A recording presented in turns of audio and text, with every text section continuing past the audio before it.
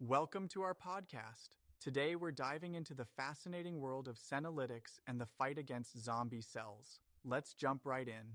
Oh, this sounds intriguing. So, what exactly are senolytics and these zombie cells you're talking about? Well, you know how as we age, some of our cells start behaving, abnormally? Yeah, These are called senescent cells, or more dramatically, zombie cells. They don't die off like they're supposed to. Instead, they linger and secrete harmful substances that can damage neighboring healthy cells. so they're like bad neighbors who throw loud parties and keep everyone up at night? Exactly. They're Right. causing inflammation and contributing to age-related diseases. Senolytics are drugs designed to selectively seek out and destroy these troublemakers. That sounds promising. What kind of drugs are we talking about here? One well-known combo is dasatinib and quercetin, often referred to as D plus Q. Dasatinib is a chemotherapy drug, and quercetin is a natural compound found in red wine and kale. Interesting.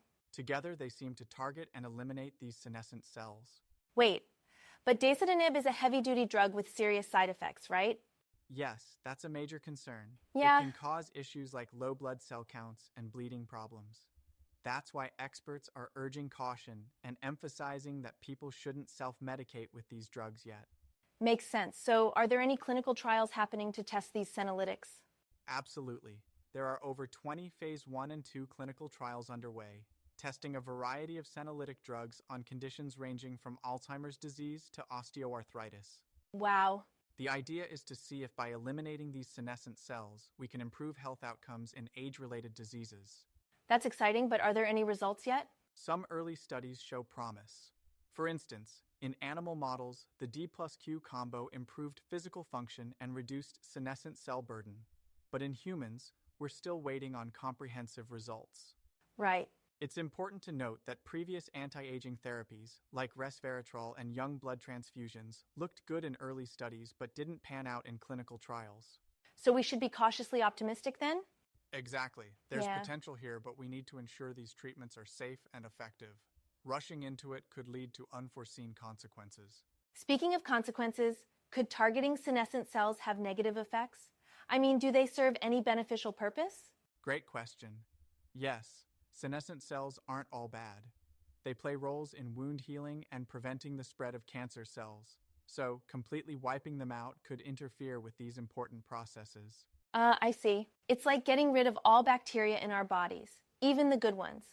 Exactly. Right. That's why finding a balance is crucial. We need therapies that selectively target harmful senescent cells while preserving their beneficial functions.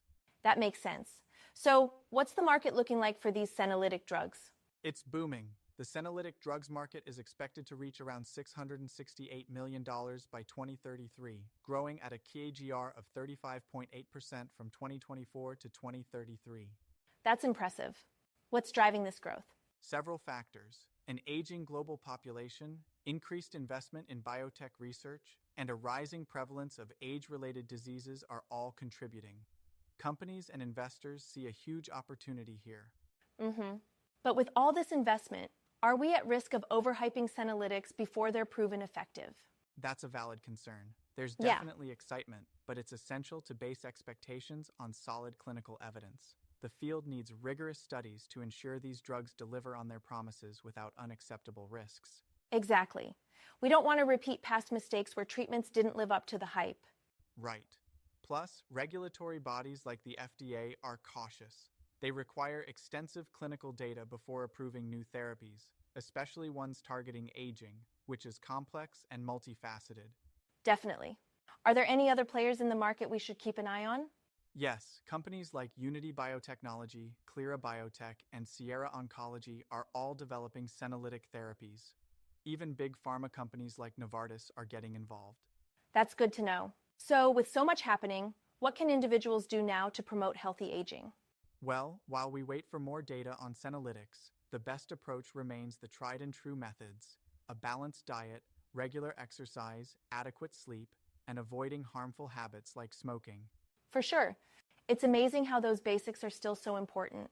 Absolutely. They have a Yeah. profound impact on our health span and lifespan. Senolytics might add to that in the future, but they won't replace healthy living. Well said. So, to wrap things up, what's your outlook on the future of senolytic drugs? I'm hopeful but cautious. The science is promising and the potential benefits are significant. Right. But we need more research to fully understand the implications and ensure safety.